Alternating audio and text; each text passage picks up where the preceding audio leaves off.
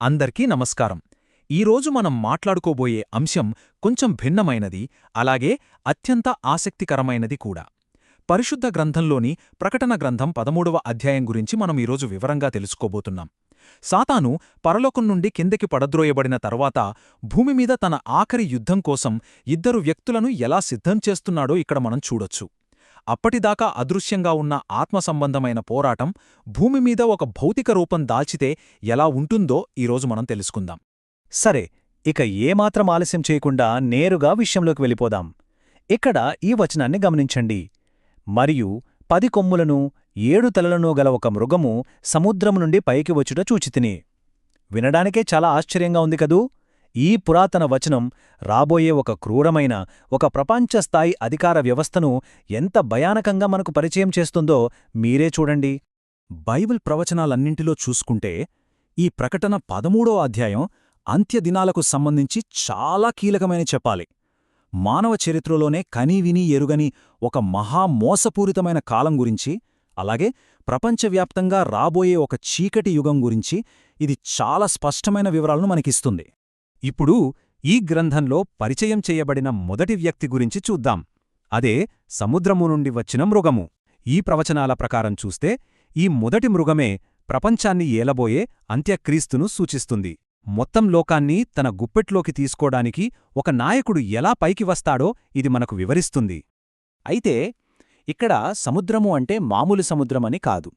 దేవుని వాక్యంలో, ముఖ్యంగా ప్రవచనాల్లో సముద్రము అంటే ఎప్పుడూ అల్లకల్లోలంగా, అస్థిరంగా ఉండే అన్యజనులు లేదా లోకరాజ్యాలు అనర్థం.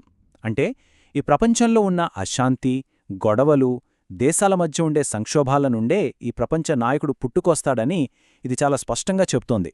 ఈ మృగం ఎలా ఉంటుందో చూస్తే ఎవరికైనా వణుకు పుట్టాల్సిందే. దీనికి చిరుతపులి దేహం, ఎలుగుబంటి పాదాలు, సింహపు నోరు ఉంటాయని వర్ణించబడింది. ఒక్కసారి చరిత్రలోకి వెళితే బబిలోను, మాధ్యపారసీక, గ్రీకు మరియు రోమా సామ్రాజ్యాలు ఎంత క్రూరంగా ఉండేవో మనకు తెలుసుకదా. ఆ మహాసామ్రాజ్యాలన్నింటి క్రూరమైన లక్షణాలను ఒక్క దగ్గర చేరిస్తే ఎలా ఉంటుందో ఈ అంత్యక్రీస్తు వ్యవస్థ కూడా అచ్చం అలాగే ఉంటుందని మనం సులభంగా అర్థం చేసుకోవచ్చు. ఇక్కడ ఇంకొక ఆసక్తికరమైన విషయముంది. ఈ మృగానికి ఉన్న తలల్లో ఒకదానికి మరణకరమైన గాయమవుతుంది. కాని ఆశ్చర్యంగా ఆ గాయం మళ్లీ నయమవుతుంది. ఇది చూసి లోకమంతా ఆశ్చర్యపోయి ఆ మృగాన్ని దేవుళ్లా ఆరాధించడం మొదలుపెడుతుంది. నిజానికి ఇది యేసుక్రీస్తు పునరుత్థానాన్ని నకిలీగా అనుకరిస్తూ జనాలను గుడ్డిగా మాయచేయడానికి చేసిన ఒక భయంకరమైన తంత్రమని ఇక్కడ మనకర్థమవుతుంది. ఇంత శక్తివంతంగా ఉన్నాడు కదా అని ఈ క్రూరమైన పరిపాలన ఎప్పటికీ ఉంటుందనుకుంటే పొరపాటే. ఇక్కడ కనిపిస్తున్న 42 అనే సంఖ్యను గమనించండి. దేవునికి విరోధంగా మాట్లాడే అధికారం మరియు ఈ క్రూరమైన పాలన కేవలం 42 నెలలు, అంటే ఖచ్చితంగా 3.5 సంవత్సరాల పాటు మాత్రమే కొనసాగడానికి దేవుడు అనుమతి ఇచ్చాడని ఈ ప్రవచనం నొక్కి చెబుతుంది. అయితే ఈ ప్రవచనం ఇక్కడితో ఆగిపోలేదు. తర్వాత ఏం జరుగుతుందో చూద్దాం.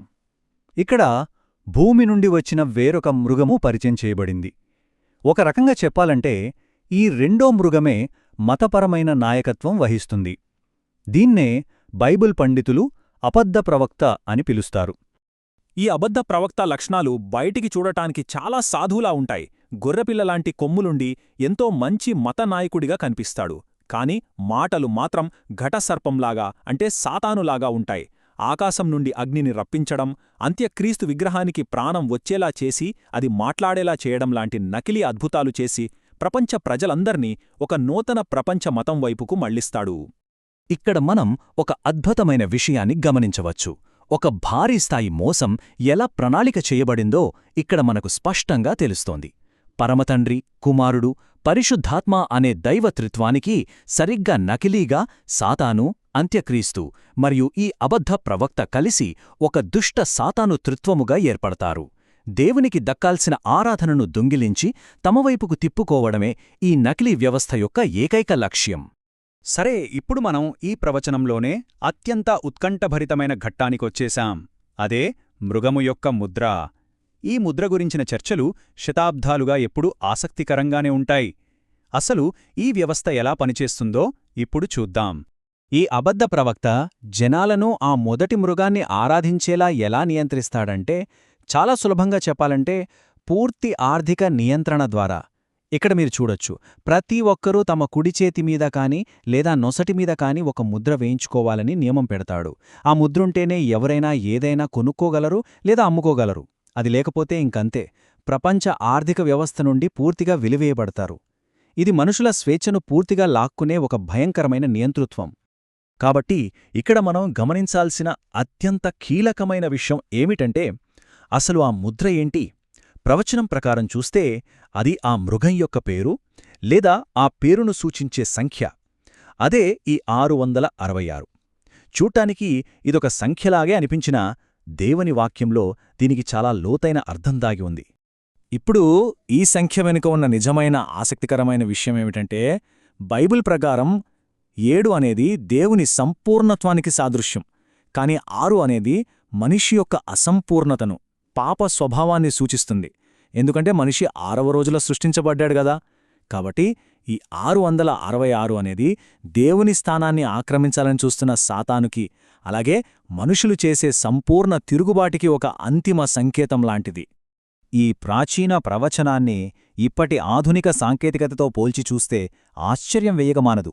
ఇప్పుడు మనం వాడుతున్న మైక్రోచిప్స్ కానివ్వండి, బయోమెట్రిక్ విధానాలు, లేదా వేగంగా పెరుగుతున్న నగదు రహిత ఆర్థిక వ్యవస్థలు, ఇవన్నీ చూస్తుంటే ఆ ప్రవచనంలో చెప్పిన ముద్ర వ్యవస్థను అమలు చేయడానికి సాంకేతికంగా ఎంత అనుకూలమైన వాతావరణం ఉందో మనం తటస్థంగా అర్థం చేసుకోవచ్చు. మానవ చరిత్రలో ఎప్పుడూ లేనంతగా ఒక మనిషిని ఇంతలా పర్యవేక్షించే ప్రపంచస్థాయి నియంత్రణ ఇప్పుడు సాధ్యపడే స్థితికి మనం వచ్చేశాం. ఇదంతా విన్నప్పుడు ఎవరికైనా కొంచెం భయం వేయడం సహజమే. కాని కలవరపడాల్సిన అవసరం లేదు.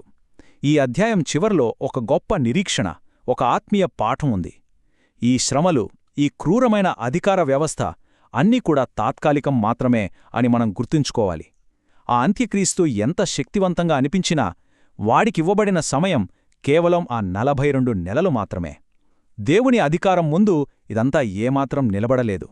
చివరగా ఈ ప్రవచనం మన ముందు ఉంచుతున్న పెద్ద ప్రశ్న ఏమిటంటే, రాబోయే ఈ సాంకేతిక మాయల్లో పడకుండా మనం దృఢంగా నిలబడగలమా? ఆ అంతిమ విశ్వాస పరీక్ష ఎదురైనప్పుడు మన సహనం, మన విశ్వాసం చెక్కు చెదరకుండా ఉంటాయా? ఎలాంటి కష్టాలు వచ్చినా ఈ ప్రపంచ మోసానికి లొంగకుండా ఉండటానికి కావలసిన ధైర్యం గురించి ఆలోచించమని ఈ గ్రంథం మనల్ని ప్రోత్సహిస్తోంది. ఈ లోతైన విషయాలు భవిష్యత్తులో వచ్చే సవాళ్లను ఎదుర్కోవడానికి ఎంతగానో ఉపయోగపడతాయని ఆశిస్తున్నాను. మరొక ఆసక్తికరమైన విశ్లేషణతో మళ్ళీ కలుద్దాం.